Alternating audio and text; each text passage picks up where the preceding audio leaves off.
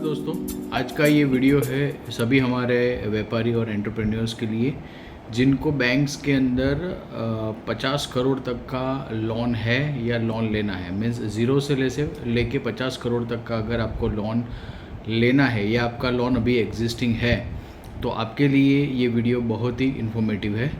अभी आपने काफ़ी सारे बैंक्स के अंदर आपकी जो अभी एग्जिस्टिंग लोन या वर्किंग कैपिटल लिमिट्स चल रही होगी उसमें देखा होगा कि सिबिल रैंक करके ब्रांच मैनेजर आपको बोल रहा है कि आपका सिबिल रैंक ठीक नहीं है या उसको आप अच्छे से करवाइए या इसमें आपका रैंक अभी 9 दिखाई दे रहा है, आपका रैंक 10 है। तो ऐसी काफ़ी सारी क्वेरीज़ आपके पास आ रही होगी और आपको शायद ऐसा होगा कि भाई ये क्या है, मेरे तो सब EMI ठीक जा रहे, मेरा जो लोन है वो सब ठीक जा रहा है, तो फिर भी ये रैंक मेरा 10 क्या है और ये सिबिल रैंक है क्या। तो ये वीडियो के अंदर हम पूरी डिटेल इन्फॉर्मेशन इसके बारे में हम समझेंगे और हर एंटरप्रेन्योर को, बिजनेसमैन को ये वीडियो ज़रूर देखना चाहिए, भले ही आपको लोन की रिक्वायरमेंट हो या नहीं हो। बट इन फ्यूचर कभी भी आपको कोई भी बैंक से अगर लोन लेना है तो आपको सिबिल रैंक क्या है और उसकी क्या इम्पैक्ट आपके रेट ऑफ इंटरेस्ट के ऊपर, आपके लोन के ऊपर, या आपको क्या क्या बेनिफिट्स हो सकते हैं, उसके लिए वीडियो आपको ज़रूर से पूरा देखना चाहिए।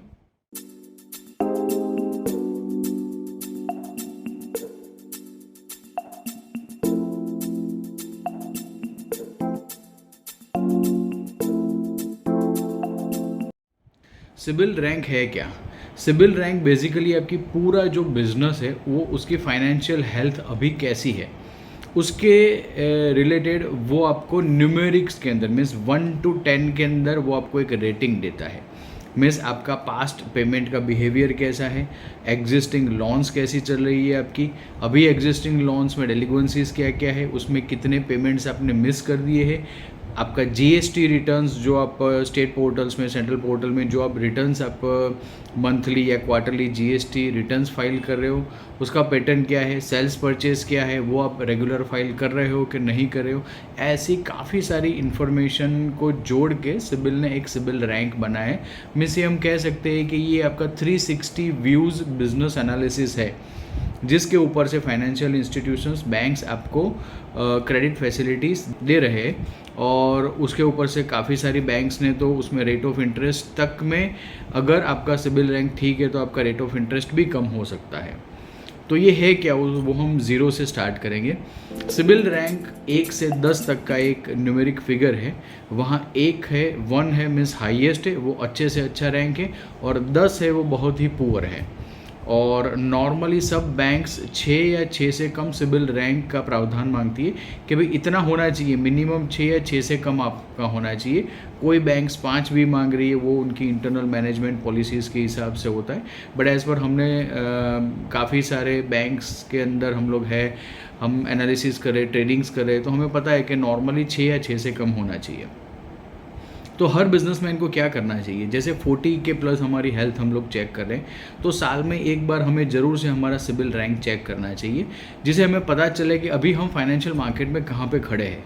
मीन्स मान लीजिए कि आपका EMI ठीक जा रहा है, आपका लोन भी अच्छे से मिल रहा है, बट फिर भी आपको साल में एक बार आपका रैंक या आपका individual credit score, credit report check करना ही चाहिए, जिससे कि आपको पता चले कि कोई आइडेंटिटी थेफ्ट करके भी बहुत चल रहा है। मीन्स किसी और का लोन आप में आ गया हो, आपका लोन कोई है एग्जिस्टिंग, वो काफ़ी लोन्स नहीं दिखाई दे रहे, आपके कोई KYCs के अंदर कोई प्रॉब्लम चल रही है या कुछ डेटा के अंदर प्रॉब्लम्स है, कुछ भी हो तो आप उससे अच्छे से चेक कर सकते हैं।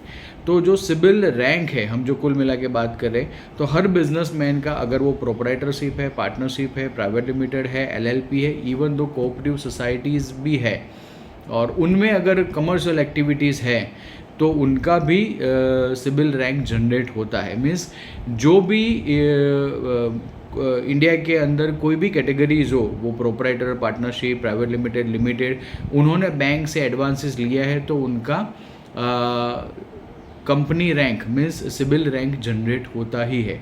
और वो रैंक अगर 6 या 6 से ज़्यादा है, मीन्स 7, 8, 9, 10, तो वो थोड़ा पुअर या अनसेटिस्फैक्ट्री है। कहीं ना कहीं आपके EMI में या जो आपके वर्किंग कैपिटल लिमिट्स है उनमें लोन से या इंटरेस्ट पेमेंट करने में आपको कोई दिक्कत आई होगी पास्ट के अंदर, या अभी आपका एग्जिस्टिंग जो लोन चल रहा है उसमें कुछ डेलिक्वेंसीज होगी, कुछ इंटरेस्ट या EMI का पेमेंट आपने बराबर नहीं किया होगा। बट आपको कुछ भी प्रॉब्लम हो सिबिल रैंक के रिलेटेड, आपका 9-10 हो गया हो, या कोई आइडेंटिटी थेफ्ट की वजह से कोई और अकाउंट आप में आ गया हो, या मान लीजिए कि अभी आपने एक ही लोन लिए बट वो बैंक ने रिपोर्टिंग 2 बार 3 बार 4 बार कर दिया हो, तो ऐसी कोई भी क्वेरीज हो तो आप इसके डिस्प्यूट्स रेज कर सकते हो और उसको आप ऑफिशियली ब्यूरोज़ के साथ कांटेक्ट करके उसको आप ठीक करवा सकते हो।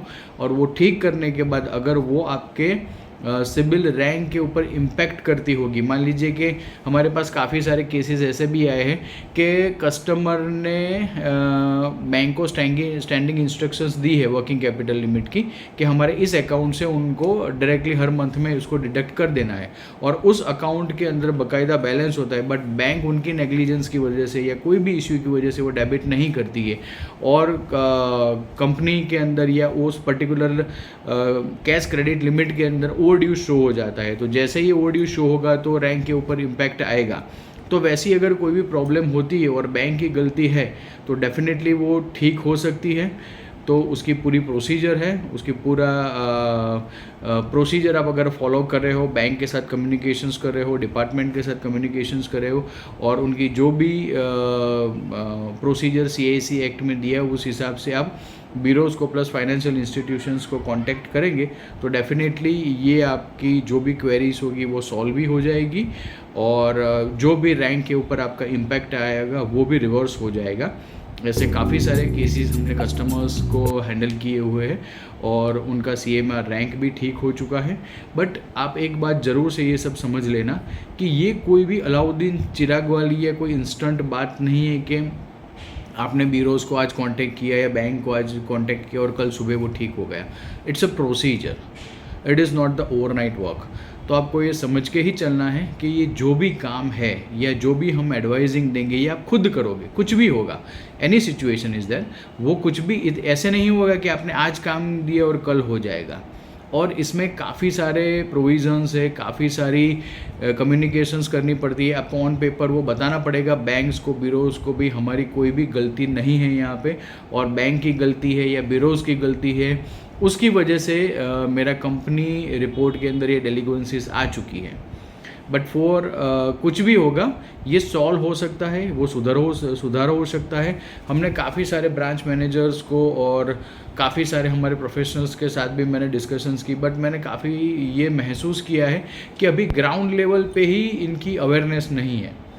अगर सिबिल रैंक में कुछ इश्यूज़ होता है, अगर सिबिल रैंक में किसी और का लोन आ जाता है या उसी कस्टमर का 2-3 लोन एडिशनल दिखाई दे रहा है और वो उनके कोई प्रोफेशनल्स के पास जाता है, ब्रांच मैनेजर है, चार्टर्ड अकाउंटेंट के पास जाता है, मैं कहीं पे नाम लेके ये सब पब्लिक प्लेटफॉर्म पे नहीं बोलना चाहता हूँ, बट उनको ये बताना होगा कि भाई अगर किसी भी चीज़ का उनको पता नहीं है तो एक्सपर्ट की सलाह ले, उनकी एडवाइजिंग ले, रेदर देन उनको सीधा बोल दे कि सिबिल में प्रॉब्लम है तो ये तो नहीं होगा, अभी लाइफ टाइम आपका ये हो गया। इंडिया के अंदर ऐसा कोई भी काम नहीं है जो लॉ के हिसाब से नहीं हो सकता है। ये जो क्रेडिट ब्यूरोज़ है वो खुद का कुछ भी इस्तेमाल नहीं कर सकते। मैं तो ये बोलता हूँ इट्स एन क्रेडिट, वो सिर्फ डेटा बैंक है, उनके पास कहीं पे भी एडिट डिलीट या ऑल्टरेशन के पावर्स ही नहीं है। आप खामोखा, हमारे पास काफ़ी सारे कॉल्स ऐसे आ रहे हैं कि मैंने सिबिल के ऊपर केस कर दिया, मैंने इनके ऊपर केस कर दिया, मैंने वो ब्यूरो के ऊपर केस कर दिया। तो मैं सिंपल उनको बताना चाहता हूँ कि इससे होगा क्या, उनके पास खुद के पास ही पावर्स नहीं है ना। कभी कभार कोई हमें कॉल करके ऐसा पूछता है कि आप सिबिल के साथ टाइप हो, आप सिबिल के मेंबर हो। मैं उनको बोलता हूँ मेंबर होने की या टाइप की कोई ज़रूरत ही नहीं है, क्योंकि टाइप किसके साथ हो सकती है आप मुझे बताइए पहले। टाइप उन लोगों के साथ करनी चाहिए कि जिनके पास खुद पावर्स हो। अगर मैंने स्टेट बैंक ऑफ इंडिया के साथ टाइप किया है लोन का, तो स्टेट बैंक ऑफ इंडिया के पास पावर से लोन देने का, तो मैंने DSA का काम किया, मैंने DSA का कोड लिया है, तो उनके पास पावर्स है। तो मैं कोई कस्टमर भेज रहा हूँ तो वो लोन दे रहे, तो मुझे कमीशन दे रहे, तो ये टाइप वाली बात हुई कि स्टेट बैंक ऑफ इंडिया के पास फंड है, वो कस्टमर्स को लोन दे रहे, मैं बीइंग अ मीडिएटर DSA बन रहा हूँ, तो ये ठीक है। बट कोई हमें ऐसे कॉल करता है, और इवन तो मुझे professional chartered accountant, company secretaries, advocates जो हमारे फील्ड्स के, वो सब फ़ोन करके पूछ रहे आप तो सिबिल के साथ टाइप नहीं है, आपका तो कोई क्रेडिट ब्यूरो के साथ टाइप नहीं है, तो आप कैसे काम करोगे। तो मैं उनको वही समझाना चाहता हूँ इस वीडियो के माध्यम से कि आपको, मुझे या किसी को भी इन ब्यूरोज के साथ मेंबरशिप या टाइप करने की रिक्वायरमेंट ही नहीं है। रिक्वायरमेंट इसलिए नहीं है कि उनके पास कोई पावर्स ही नहीं है। अगर सिबिल को खुद को भी, उनके एमडी को, उनके चेयरमैन को, उनका खुद का कोई डेलिक्वेंसीज ठीक करना है तो उनको भी फाइनेंशियल इंस्टीट्यूशन और बैंकर्स के साथ जाके ही करना पड़ेगा। वो खुद कंप्यूटर में बैठ के सुधार नहीं सकते और उनके साथ कोई टाइप करने का कोई सवाल ही पैदा नहीं होता। क्यों टाइप करना है? तो कुल मिला के ये वीडियो के अंदर मैं ये बताना चाहता हूँ कि जो सिबिल रैंक है या जो क्रेडिट कंपनीज रैंक है वो आपको हर साल एक बार निकाल के आपका खुद का चेक करना होगा, क्योंकि काफ़ी सारी बैंक्स अभी इसके ऊपर ही आपको फंडिंग देगी। रेट ऑफ इंटरेस्ट का भी जो मूवमेंट होता है वो काफ़ी सारी नेशनलाइज्ड बैंक ने इनके ऊपर ही कर दिया है। और अगर उसमें कुछ प्रॉब्लम्स आपके पास आ रहा है और आपके पास खुद के पास टाइम नहीं है या आपको कोई सजेशन चाहिए, आपको फ्री एडवाइजिंग चाहिए, तो we are here to help you. हम लोग एडवाइजिंग का कोई भी रुपया चार्ज नहीं करते। इट्स इन सिंगल, ज़ीरो पैसा। We are not charging a single penny. You can call us directly. Our helpline number मैंने नीचे डिस्क्रिप्शन बॉक्स में दिए, हमारी ईमेल एड्रेसेस है, आप हमें कांटेक्ट कीजिए। हम आपको वो भी वे बताएंगे, आप अपने खुद के हिसाब से भी ये काम कर सकते हो, हमसे फ्री एडवाइस भी ले सकते हो। हमारी कंपनी का मोटो एक ही है कि कोई भी कस्टमर जो बैंक्स में जा रहा है, एक एंटरप्रेन्योर है, एक बिजनेसमैन है, वो सिर्फ रटी रटाई बातों के ऊपर या कोई भी गलत इन्फॉर्मेशन उनके पास आ जाए और वो पूरा उनका बिजनेस चौपट हो जाए या बड़े बड़े रेट ऑफ इंटरेस्ट में जाना पड़े और वो आगे जाके कोई लोन के लिए एलिजिबल नहीं हो या उसका बिजनेस में कुछ प्रॉब्लम हो जाए, वो नहीं चाहते हम लोग। तो we are happy to help you all the customers. हम उनको हेल्प करेंगे, एडवाइजिंग करेंगे, और अगर वो हमें बताएंगे कि भाई हमारे प्रॉब्लम्स है तो वो हम खुशी खुशी सॉल्व करने का प्रयत्न भी करेंगे। But please be aware, CIBIL या कोई भी ब्यूरो से आपको कोई भी डरने की ज़रूरत नहीं है। वो कोई इतने बड़े शेर नहीं है या कोई इतना बड़ा चीज़ नहीं है जिनसे आपको जो लोग भी डरा रहे हैं कि सिबिल में एक बार आपका राइट ऑफ आ गया, सिबिल में आपका स्कोर हो गया ख़राब, आपका रैंक हो गया 10 तो अभी लाइफ में आपको लोन नहीं मिलेगा, ऐसा कोई भी प्रोसीजर नहीं है। But yes, one thing is there कि आपको आपकी फाइनेंशियल डिसिप्लिन सुधारनी होगी, आपके पेमेंट्स रेगुलर करने होंगे, और अगर कोई बैंक्स की पेमेंट आपको भरना बाकी है तो बाकायदा आपको भरने होंगे। ऐसा कोई भी जादुई चिराग हमारे पास नहीं है कि बैंक में पेमेंट भरे बिना या कोई भी बैंक्स के नो ड्यू सर्टिफिकेट लिए बिना आपका सिबिल स्कोर ठीक हो जाएगा और आपको लोन मिलनी स्टार्ट हो जाएगी। मीन्स ये पूरा लीगल प्रोसीजर है। बैंक्स के साथ कांटेक्ट करके, उनका पेमेंट करके, या जो भी डेलिक्वेंसीज है आपके कंपनी रिपोर्ट में या इंडिविजुअल रिपोर्ट्स में, उसको बाय लॉ हम लोग ठीक करेंगे, उसका पेमेंट्स करवाएंगे, उसका नो ड्यू सर्टिफिकेट लाएंगे और बाकायदा उनका डिस्प्यूट्स रेज करके हम उसको ठीक कराएंगे। और वो आप भी खुद भी कर सकते हो, उसमें कोई प्रॉब्लम नहीं, but you have to spare some time, वो आप डेफिनेटली कर सकते हो। और ये जो इन्फॉर्मेशन है ये आपको हर जो आपके बिजनेस ओनर्स, आपके ग्रुप से, उनमें शेयर कीजिए। सिबिल के रिलेटेड या कोई भी क्रेडिट इन्फॉर्मेशन, क्रेडिट ब्यूरोज के रिलेटेड या कोई लोन या एडवांसेस के रिलेटेड कोई भी क्वेरी हो तो आप हमें डायरेक्टली कॉल कर सकते हो। हमारा हेल्पलाइन नीचे है, और आपको इन्फॉर्मेशन अच्छी लगी तो आप शेयर भी कर सकते हो। और हमारी यही इस चैनल के अंदर advances, loans and credit bureau related नई इन्फॉर्मेशन, आरबीआई के circular, high court, supreme courts के ऑर्डर, जो नई लेटेस्ट इन्फॉर्मेशन आएगी वो आप तक हम लोग पहुंचाएंगे। तो आप इसको ज़रूर से शेयर कीजिए। Thank you very much.